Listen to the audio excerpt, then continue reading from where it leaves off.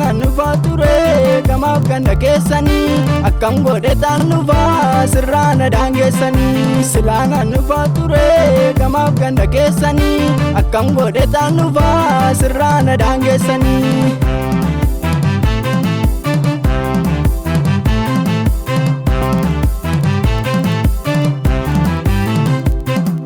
Yaadessuun abbaa cufaa rodaa dhagaadhes bisaa ijoollummaa si jaalee akkam goone sibisaa.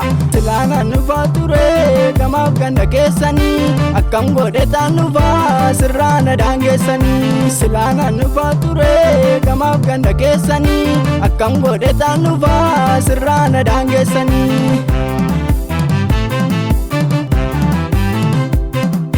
Yaadessuun abbaa cufaa rodaa dhagaadhes bisaa ijoollummaa si jaalee akkam goone sibisaa.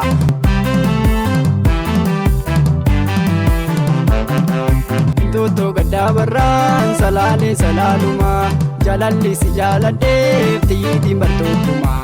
Namboo aanan leellisaa natteemee abaayyushee maalinni formaanni isaa akkam goone sibisaa.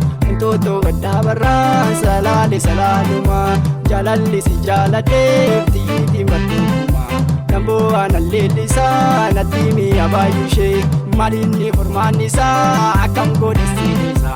Silaanaan dhufaa ture gamaaf ganda keessanii akkam godhetaan dhufaa sirraa na daangeessanii. Silaanaan dhufaa ture gamaaf ganda keessanii akkam godhetaan dhufaa sirraa na daangeessanii.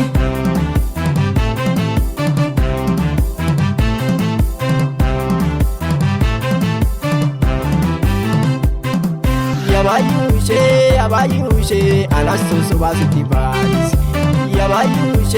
Abaayushee alastuun sobaa sitti baadhisi.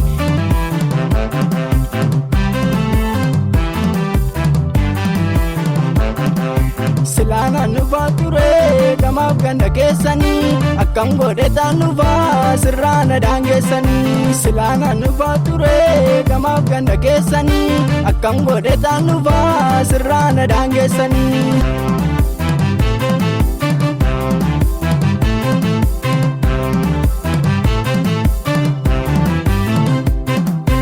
Tootoo gaddaa barraan salaalee salaalumaa jaalalli si jaaladheef xiyyiitiin bartootumaa.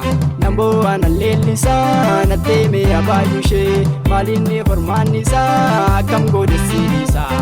Tootoo gaddaa barraan salaalee salaalumaa jaalalli si jaaladheef xiyyiitiin bartootumaa. Namboo aanan leellisaa natteemee abaayyushee maalinni formaanni isaa akkam goone sibisaa. Silaanaan dhufaa ture gamaaf ganda keessanii akkam godhetaan dhufaa sirraa na daangeessanii. Silaanaan dhufaa ture gamaaf ganda keessanii akkam godhetaan dhufaa sirraa na daangeessanii.